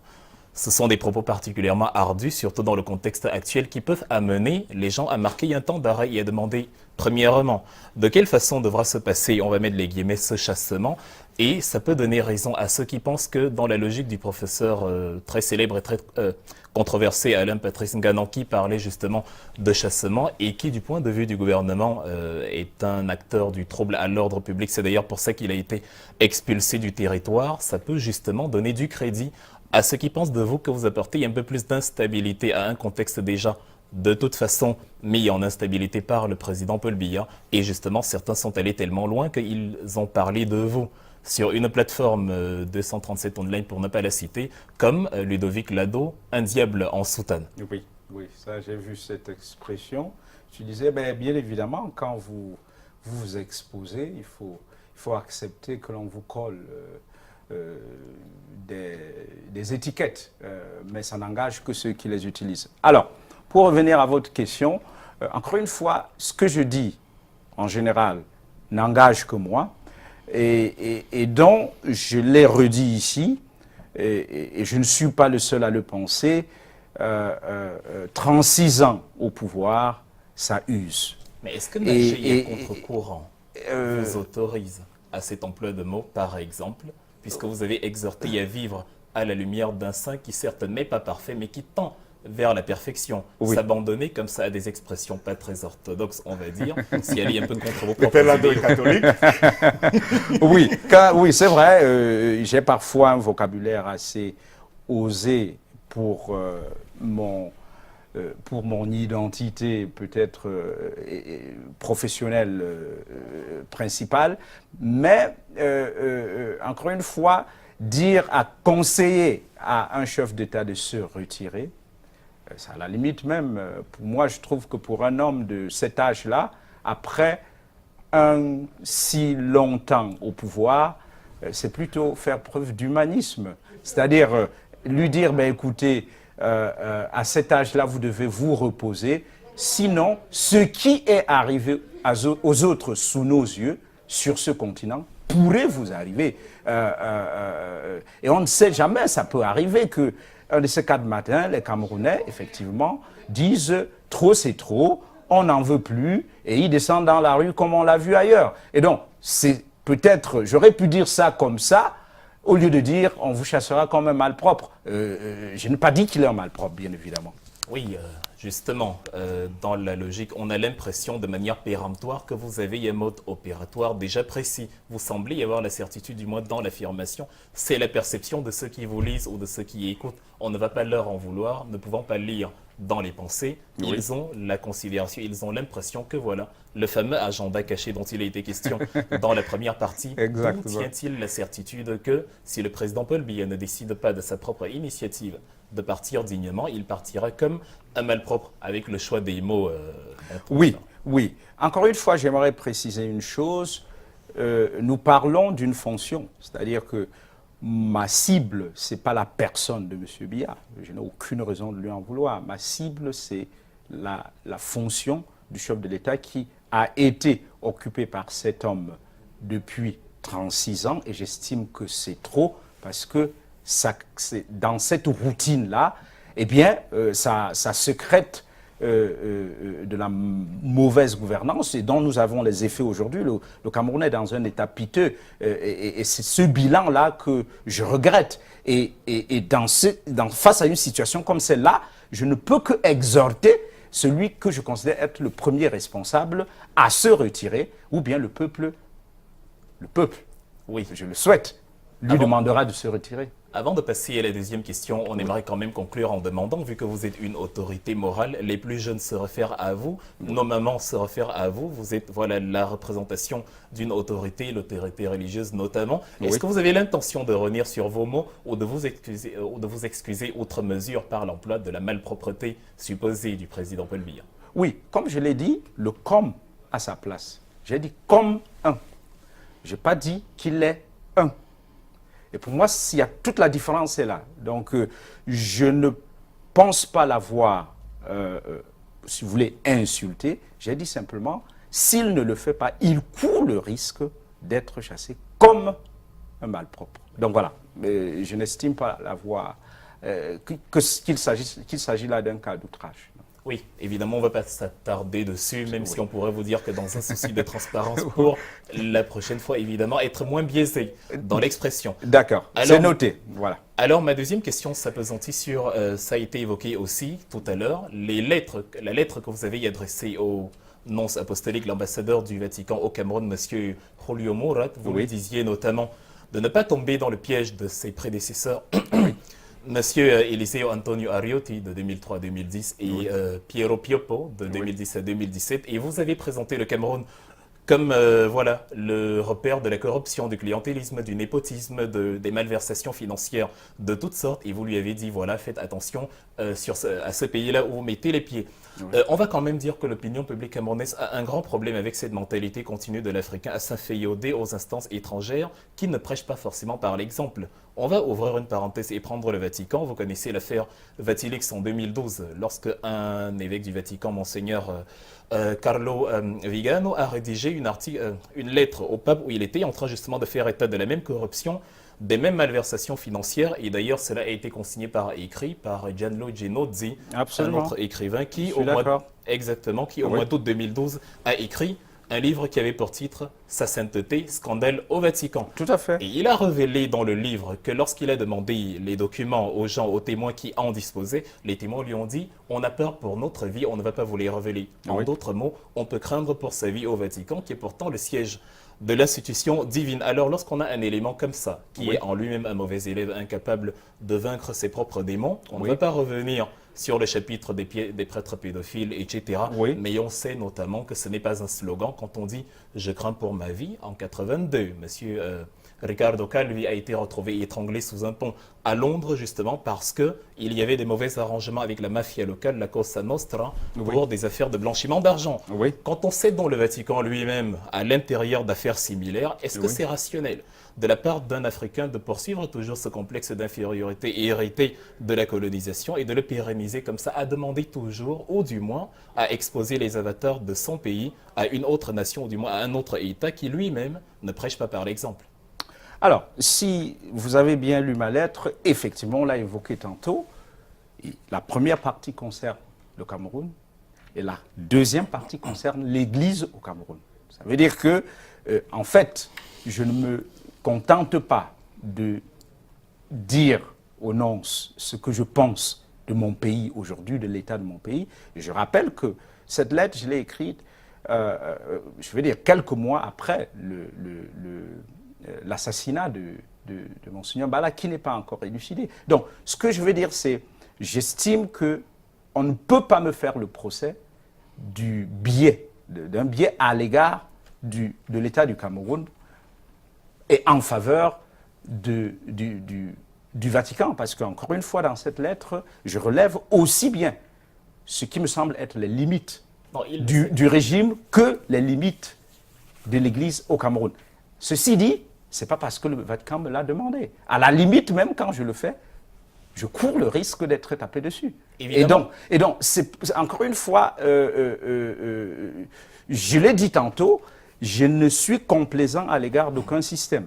Qu'il s'agisse du système du Vatican ou de l'Église, ou du système politique qui régit nos vies, j'essaye d'être honnête avec ma conscience. Et quand ça ne va pas, je dis ça ne va pas, que ce soit dans l'Église ou au sein de l'État. Évidemment, il ne s'agit pas de dire que vous avez pris parti pour le Vatican au détriment de l'État camerounais. Il s'agit de poser la question, pourquoi ne pas se focaliser sur la résolution des problèmes camerounais dans un contexte camerounais, tant il est vrai que jamais, lorsque vous étiez en mission notamment à Rome ou je ne sais pas, à aucun moment vous n'avez vu un cardinal italien rédiger une missive et vous exhorter, après y avoir exposé de manière exhaustive les problèmes de l'Italie. Ça n'arrive jamais de la part des Occidentaux envers les Africains. Mais les Africains ont cette culture-là de parler de leur pays, on va dire en mal, on va caricaturer comme ça, et de soumettre les fameux problèmes aux Occidentaux. En vertu de quoi le Vatican s'érigerait-il, vu que vous avez posé vous-même la question, à quoi sert in fine un nonce apostolique? En vertu de quoi le Vatican s'érigerait-il en solution aux problèmes des Africains? Mais oui, justement. Il est incapable de résoudre les siens. Oui, alors justement, le problème est que vous avez affaire à un diplomate. Donc, qui par leur décision, leur intervention ou non-intervention, vous avez vu dans le cas de la RDC. En RDC, je ne dis pas que c'est l'unique facteur déterminant dans la décision de M. Kabila de ne pas se représenter, mais l'Église catholique était au front. Et alors, était au front par ses laïcs, soutenus par le clergé. Et, bien évidemment, ce que, ne l'oublions pas, dans les relations internationales, les nonces apostoliques ont une place importante. Ce que le nonce dit du Cameroun à Rome, vous ne savez pas où ça atterrit. Mais si donc, vous jouez déjà le rôle de la mauvaise publicité, parce que je me dis, quand on est Camerounais, le devoir principal d'un citoyen est de polir au possible, en tout cas de manière concrète, pas de raconter une vision fabriquée évidemment, mais de s'arranger au possible à minimiser, en tout cas à réduire les problèmes de son pays, c'est-à-dire de travailler avec ses compatriotes à la résolution des problèmes de son pays pour que ceux qui viennent de l'extérieur aient une image positive. Ah oui. Si vous jouez déjà le rôle de celui qui présente la face obscure du pays à l'international, le nonce apostolique, quand bien même il serait mal intentionné, n'aurait plus rien à faire. Mais justement, il faut éviter, et c'est peut-être ce qui nous a amené là où nous sommes aujourd'hui, il faut éviter le jeu des images. Parce que l'image, souvent, voile la réalité. Et je crois peut-être que le Cameroun a refusé pendant des décennies de regarder sa réalité en face, parce que justement, on voulait donner l'image d'un pays stable. On nous l'a dit même plusieurs fois que nous étions un îlot de paix, mais voilà qu'on bascule dans la guerre. Peut-être que si nous avions regardé nos démons en face, on les aurait exorcisés à temps. Et donc, en fait, moi, j'essaye autant que possible de jouer la carte de la lucidité et de ne pas me laisser entraîner dans des jeux d'images. Justement, donc, en fait, c'est pour dire quoi? Je ne suis pas là, je veux dire, je n'ai pas une mission de diabolisation du Cameroun. Non, non, non. Au contraire, quand je fais une telle démarche, c'est dans l'espoir que ce diplomate ne se laissera pas, n'est-ce pas, berner par des images qui, en fait, ne reflètent pas la réalité. On peut l'approuver plus ou moins avant de sortir pour la troisième question. Il est évident que lorsqu'il y a des problèmes dans un pays, on ne doit pas se voiler la face, on doit avoir conscience de ces problèmes et travailler à les résoudre. Mais l'exposer à l'international est une autre paire de manches et je m'autorise de croire que ce n'est pas en exposant sur les 30 dernières années l'image d'un Cameroun instable qu'on aurait prévenu la crise anglophone. Bien sûr que non. Oui, mais on aurait pu peut-être encourager, parce qu'encore une fois, ce procès de l'international, c'est-à-dire qu'on le fait d'ailleurs avec la diaspora, c'est-à-dire qu'on dit, vous passez votre temps à salir l'image de votre pays à l'extérieur, au lieu d'en donner une bonne image ou de la peindre en bien. Au lieu de travailler surtout à résoudre les problèmes du pays que vous fustigez. Le problème qui se pose, c'est que, pour revenir au cas de la diaspora, quand vous avez affaire à un pays qui ne veut même pas travailler avec sa diaspora, parce que le problème de la double nationalité que l'on a posé depuis bute sur la mauvaise volonté politique. Donc quand un pays n'est pas ouvert à sa diaspora, alors cette diaspora a tendance justement à réagir et à travailler justement pour que ceux qui rechignent à valoriser sa diaspora, eh bien, n'aient plus je veux dire, cèdent la place à d'autres acteurs politiques. Donc, c'est pas pour rien que la diaspora camerounaise, je le dis parce que j'ai travaillé avec cette diaspora ces dernières années, parce que j'avais le souci, moi, d'une synergie. Parce qu'encore une fois, nous ne passons pas seulement le temps à critiquer le Cameroun, nous passons aussi le temps à chercher des solutions à chercher des solutions aux problèmes qui nous concernent. Il parlait d'une collecte, peut-être qu'on reviendra là-dessus. Nous avons été parmi les premières, sinon la première organisation de la diaspora à collecter de l'argent pour secourir les victimes de la crise anglophone. Donc c'est pour dire que, oui, qui aime bien châtie bien. Alors notons cependant, à l'oreille de la question suivante, que la Chine, 11,8 milliards de dollars de produits intérieurs brut, première ou deuxième, si on veut, économie mondiale derrière les États-Unis, n'est pas ouverte non plus à la double nationalité, mais a pu trouver des parallélismes qui ont permis aux pays de se développer et d'investir même massivement dans nos pays. Oui. Mais revenons dans le cas camerounais à la question supplémentaire que j'ai envie de vous poser, c'est que vous avez fait un appel zéro urne, ou plutôt urne morte, qui était, voilà, vous appelez la population à ne pas se présenter, à ne pas aller aux urnes pour les élections du 7 octobre. Et c'est de là que vient tout le paradoxe, parce que l'aperçu des opposants, ça peut ne pas être moi en tant que personne, mais en tout cas, l'aperçu qu'a parfois la société civile envers les opposants, c'est que les opposants s'opposent par principe au point où ils s'opposent parfois à ceux qu'ils revendiquent eux-mêmes sans s'en rendre compte. Vous avez martelé justement que le président Paul Biya, le fait qu'il s'en aille, le départ du président Paul Biya serait parmi les issues possibles, l'une des issues qui permettrait d'apporter un début de solution à cette crise.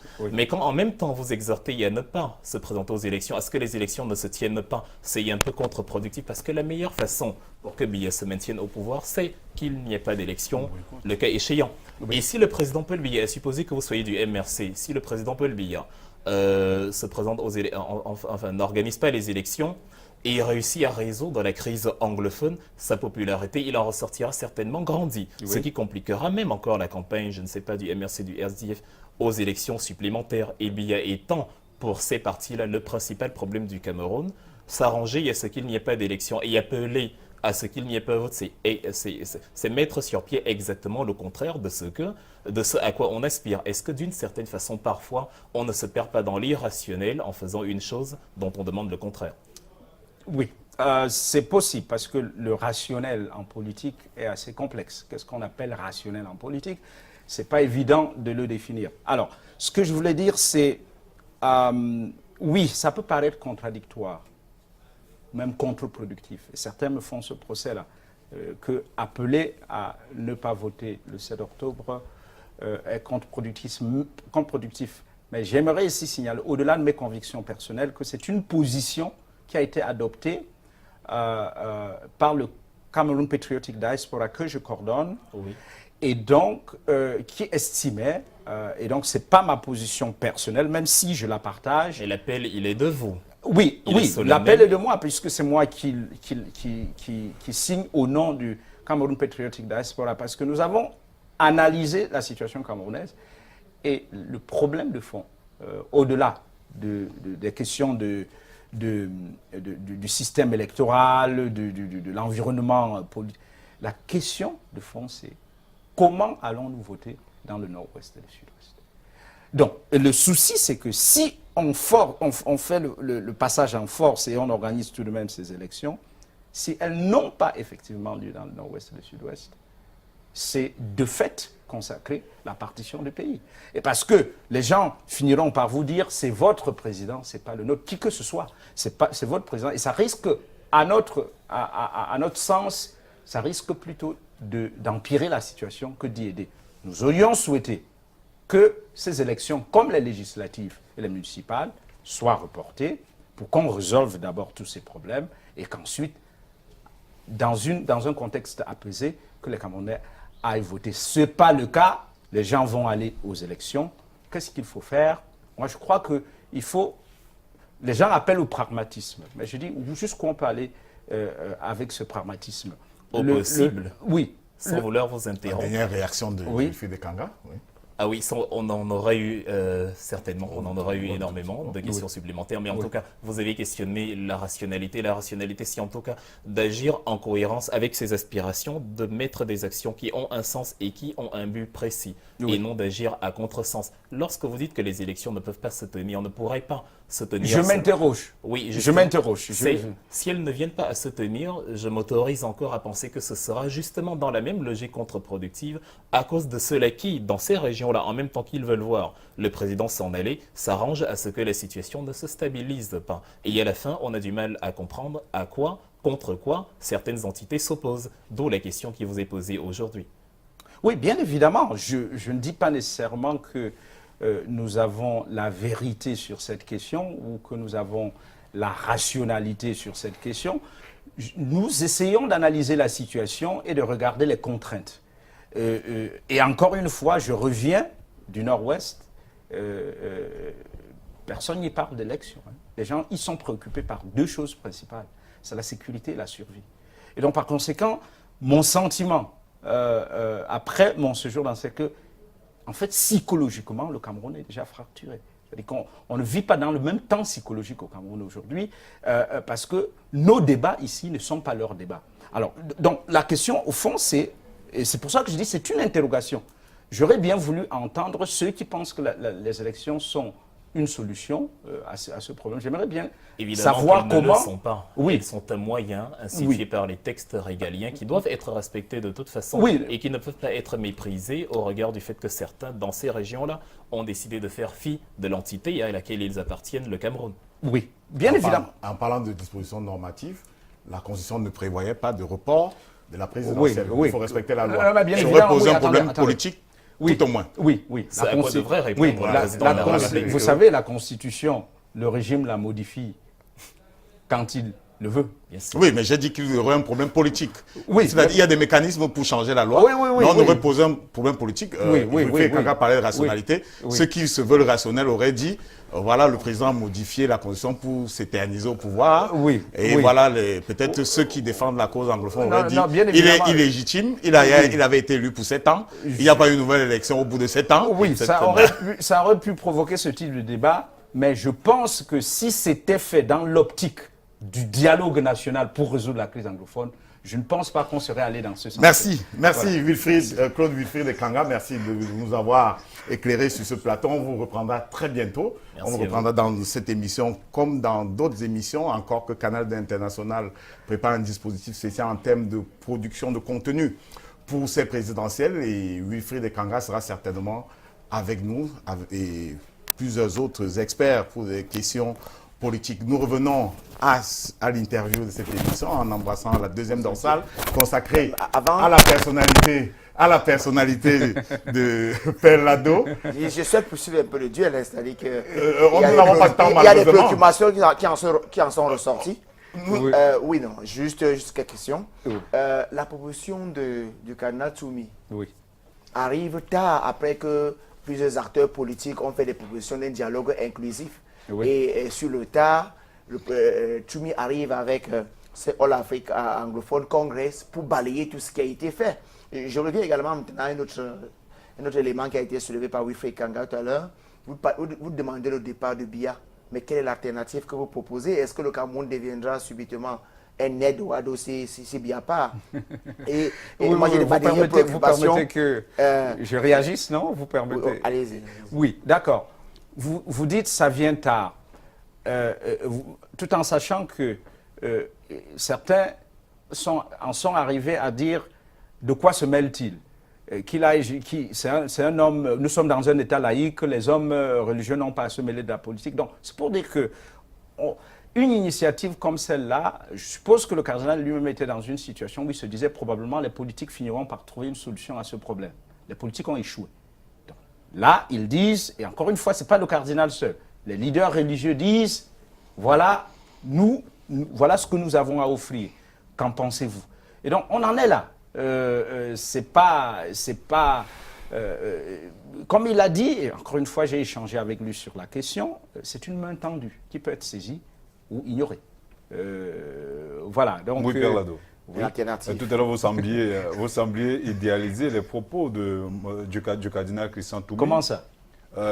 En démontrant effectivement que son apport à la résolution de cette crise anglophone est d'une importance capitale. Mais pourtant, on sait que le même cardinal Christian Tchoumi a tenu des propos assez durs à l'endroit du régime gouvernant. Et le même cardinal, justement, a été quelque peu soupçonné de jouer le jeu de ces sécessionnistes. Quand on regarde l'Église que vous décrivez dans vos différentes sorties, c'est une Église corrompue, une Église à la solde des pouvoirs gouvernants. Alors, est-ce que cette Église-là est capable de résoudre véritablement les problèmes posés par les Camerounais? Alors, surtout au-delà, peut-être pour sortir, quand on se rappelle, par exemple, l'assassinat odieux, tel que vous le décriviez d'ailleurs, de Monseigneur Jean-Marie Benoît Mbala, l'Église avait annoncé se prononcer si jamais la justice ne le fait pas tant. Jusqu'à présent, l'Église n'a rien dit. Est-ce que l'Église camerounaise ou l'Église catholique romaine au Cameroun est complice de la dérive du Cameroun? Alors, je n'irai pas jusqu'à dire que c'est une Église corrompue. Non, je ne l'ai jamais écrit. Je dis que c'est une Église qui a ses limites comme toute institution. Monseigneur Konga parlait de faux frères. Il y a des faux frères. Oui, il y a des faux frères. Je suis d'accord avec lui. C'est pas... L'Église, même depuis le temps de Jésus, a toujours eu ses brebis galeuses. Et je pense qu'aujourd'hui, les choses n'ont pas changé.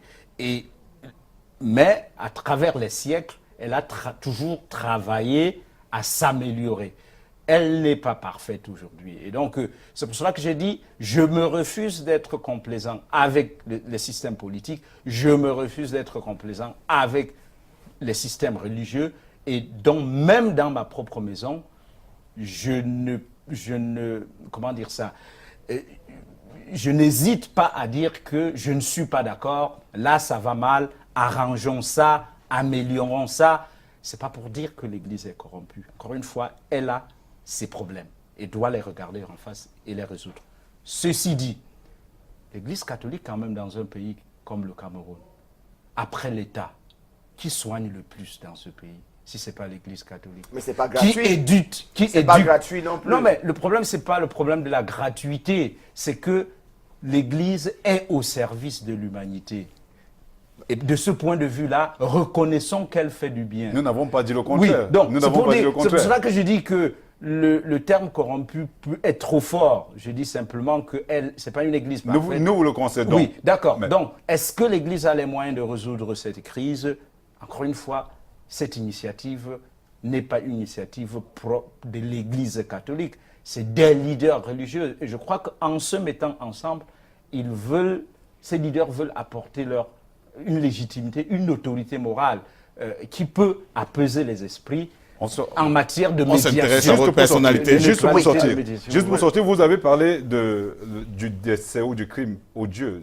Ah oui, oui, les évêques ont dit... On dit justement qu'ils allaient se prononcer si jamais la justice ne fait pas tant. Oui, mais justement, à la fin... L'Église a laissé ses ouailles en rade. Non, quand le problème a été classé par la justice camerounaise, eh bien, le président de la conférence épiscopale nationale, qui est Monseigneur Cléla, dont je salue le courage dans cette affaire, même si j'ai toujours pensé que, comme Église au Cameroun, on aurait pu faire mieux ensemble, il a dit qu'ils avaient décidé de confier ce dossier à des avocats. Ce n'est pas une fuite en avant? Non, puisque de sources introduites, des avocats y travaillent. Alors, bien évidemment, ils ne le font pas sur la place publique. Ils peuvent travailler sur une décennie. Oui, ça peut prendre du temps. Ça peut prendre du temps. J'espère qu'ils ne vont pas abandonner. Nos auditeurs, nos téléspectateurs pourraient croire que le père Lado ici a une double personnalité. Comment ça? Une personnalité double, je dirais quoi. Comment ça? Ils soutiennent que les élections ne doivent pas se tenir car il faut d'abord résoudre la crise anglophone. Oui. Et ensuite, les élections sont annoncées et une initiative de résolution de cette crise anglophone qui est annoncée après les élections, on le retrouve encore en train de soutenir cette initiative-là. Oui, mais je soutiens l'initiative. Ça ne veut pas dire que j'ai changé d'avis sur le caractère idoine des élections maintenant au Cameroun. C'est-à-dire que j'ai du mal à me représenter des élections transparentes et crédibles au Cameroun aujourd'hui, du fait principalement de la crise dans le nord-ouest et le sud-ouest. Et j'ajoute que je ne suis pas seul. Nous collaborons avec le Stand Up for Cameroun de Mme Kawala, qui porte le même souci et qui a d'ailleurs décidé de ne pas se présenter aux élections cette année parce qu'elle estime effectivement qu'il y a un certain nombre de conditions qui ne sont pas réunies. Et elle aussi pense que la transition politique, on n'est pas les premiers, la transition politique serait la meilleure. Et vous soutenez au même moment le cardinal Toumi qui veut solutionner le problème anglophone après les élections. Oui, mais le problème c'est que le cardinal Toumi, ils ont pris cette initiative, ils espéraient que cela se fasse. C'était fixé au 29 août. Préalablement. À cause du feedback et puis de l'ampleur que ça, parce que de plus en plus, les organisations et des figures importantes de la société civile soutiennent cette initiative. Il n'y a pas longtemps, Maître Bobala, je l'ai vu, disait que c'est une initiative à soutenir. Donc, c'est pour dire que de plus en plus, on se rend compte qu'on est dans l'impasse. Il n'y a pas d'alternative. Oui, on vous voit également soutenir le départ de Biya et vous ne proposez aucune alternative. Bon, est-ce que si Biya part aujourd'hui, le Cameroun deviendra subitement un Eldorado? Non, pas du tout. Justement, je ne fais pas du messianisme. Je n'ai jamais adhéré au messianisme politique. Pourquoi? Parce que quand je faisais mes études de philosophie, j'ai travaillé sur un auteur autrichien qu'on appelle Karl Popper et qui a écrit un livre intitulé la société ouverte et ses ennemis. Et dans l'un des tomes de la société ouverte et ses ennemis, il critique Platon. Parce que dans la République de Platon, Platon privilégie les philosophes comme gouvernants de la société. C'est les philosophes qui doivent gouverner parce qu'ils ont contemplé l'être. Et considèrent que les autres, c'est la foule. Les autres, c'est la foule. Et donc, il n'est même pas favorable à la démocratie. Et Popper lui fait cette critique. Popper dit, en fait, le messianisme politique est une voie sans issue. Parce que vous ne pourrez jamais contrôler la dérive, si vous voulez. Quand un homme décide de devenir mauvais, quand un gouvernant décide de devenir mauvais, vous ne pouvez pas le contrôler. Et donc, lui, ce qu'il privilégie, c'est de mettre sur pied des institutions qui permettent à un pays de se débarrasser le plus tôt possible du plus mauvais gouvernant. Et je trouve que ça, c'est la meilleure option. C'est pour cela que nous pensons que si jamais, même si ça peut paraître un rêve, si jamais une transition pouvait s'opérer dans ce pays, eh bien, ce sera le moment de mettre sur pied des institutions qui nous permettent de nous débarrasser, peu importe qui, parce que demain, on peut avoir un autre. On aura de toute façon à un moment donné un autre. Mais il peut être pire que celui qu'on a aujourd'hui. Alors, on aura encore besoin de s'en débarrasser. Il faut que nos institutions nous donnent les moyens de le faire. Alors, je voudrais interroger le religieux Père Lado. Oui. Il y a une maxime, ou bien une sagesse dans l'Église qui dit que tout pouvoir vient de Dieu. Oui.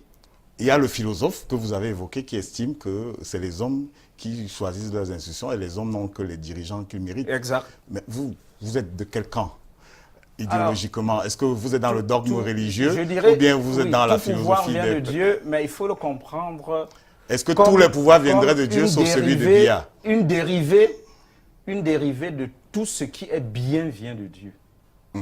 Ça veut dire que tout pouvoir, quand il est bien, vient de Dieu. Et quand il est mal? Quand il est mal, il ne peut pas venir. Je voudrais pas faire de l'axiologie, mais je voudrais savoir comment un pouvoir est bien et comment il est mal. Oui, mais on le voit sur les hommes, on le voit quand ça permet aux hommes de fleurir dans leur dignité. Est-ce que vous pouvez le dire des Camerounais aujourd'hui? Je ne le crois pas. Il y a beaucoup trop de pauvreté. Quel est l'instrument de mesure? Quels sont les instruments de mesure? Est-ce que quelqu'un est bien et quelqu'un qui n'est pas bien? Je vais vous le dire. C'est toujours le Christ qui disait que heureux ceux qui vivent avec... peu de heureux les pauvres, ils entreront dans le royaume de Dieu. Oui, là, je paraphrase, mais ça est dit dans la Bible. Je suis d'accord, c'est les béatitudes qui sont dans... Mais il faut faire attention à l'interprétation de ces textes. Certains pensent qu'il s'agit d'une pauvreté en esprit qui est tout autre, qui tient un tout autre concept. Mais ce que je veux dire, c'est que quand un pays se porte bien, ça se ressent dans la qualité de vie des populations. Et il y a des indices aujourd'hui de développement humain ou des indicateurs qui permettent de mesurer le bien-être dans un pays. Mais où est ce peuple qui vit mal et qui ne va pas voter pour sanctionner? Oui, je suis... Alors, le problème, justement, est à ce niveau-là. C'est-à-dire les Camerounais doivent se réveiller. Les Camerounais doivent se réveiller politiquement parce que je crois que c'est aussi notre torpeur politique au niveau du peuple qui a permis aux mauvais dirigeants de s'éterniser au pouvoir. Il faut qu'ils se réveillent. Alors, encore une fois, je les aurais encouragés d'aller absolument voter si j'étais convaincu que les conditions étaient réunies. Mais il faut qu'ils se politisent parce que, comme on le dit en jargon, eh bien, si vous ne faites pas la politique, c'est la politique qui vous fait. Et j'ai l'impression que c'est là qu'on se trouve. Donc, dans quel Père Lado, le peuple camerounais ne mérite que ce qui lui arrive. Ça, c'est la dernière réaction. On nous fait de grands signes derrière la baie vitrée. Oui. Le temps prévu pour cette émission est écoulé. Oui, je suis de ceux qui pensent qu'on en est là parce que nous n'avons pas réagi politiquement comme il le fallait, au moment où il le fallait. Donc, la responsabilité de la longévité de ce pouvoir et de ce à quoi ça nous a entraîné aujourd'hui est due aussi, n'est-ce pas, à l'irresponsabilité ou à l'indifférence politique du Père Lado, on ne prend pas plus de questions. Vous êtes devenu champion des lèvres ouvertes. Elles font avancer les on fera peut-être une émission. Non, mais c'est un mot d'expression. Il y en a d'autres. Et mais pour moi, je ne sais pas. je ne sais pas ce qui fait avancer, mais vous avez évalué les chacun, vous avez non, j'ai pas d'outil d'évaluation, mais je pense que ça attire quand même l'attention d'un certain nombre de lecteurs. Et mon souci, c'est simplement de partager avec les lecteurs ou bien les autres ce que je pense de la gestion du Cameroun, tout en travaillant ou collaborant avec ceux qui le veulent pour que ce pays soit mieux géré et que les Camerounais se portent mieux. Merci Père Ludovic Lado de vous être prêté au jeu de l'arène, au jeu de nos questions. Merci. Vous voyez que vous ressortez de l'arène vivant. Oui, bien sûr, je suis vivant. Parce que je connais vos craintes de départ. Oui. On peut bien avoir une discussion et tout dépend généralement du tempérament de l'invité principal. C'est généralement lui qui donne le ton. Quand il ne provoque pas, quand il n'invective pas, il n'y a pas de provoque, pas d'invective pendant l'émission. Merci à Charles Fongan d'être venu, d'avoir accepté notre invitation. Merci à Thierry Niopé, merci à Wilfried Kanga qui était là et à Elisabeth Ngoroum qui était là. Nous n'aurons pas la synthèse ce soir parce que notre collègue Michael Chipkiokomi à l'exercice a eu quelques situations impromptues, inattendues. Voilà, nous présentons à son nom des excuses à nos téléspectateurs. Nous vous retrouverons dans 2 semaines pour une autre production de l'Arène parce que le dernier dimanche de chaque mois, c'est le magazine d'économie stratégique qui prend la place de l'Arène à partir de 20h30. Nous retrouvons donc dans 2 semaines avec un candidat à la présidentielle de 2018. Ce sera pour un autre hot et hard interview. Bonsoir.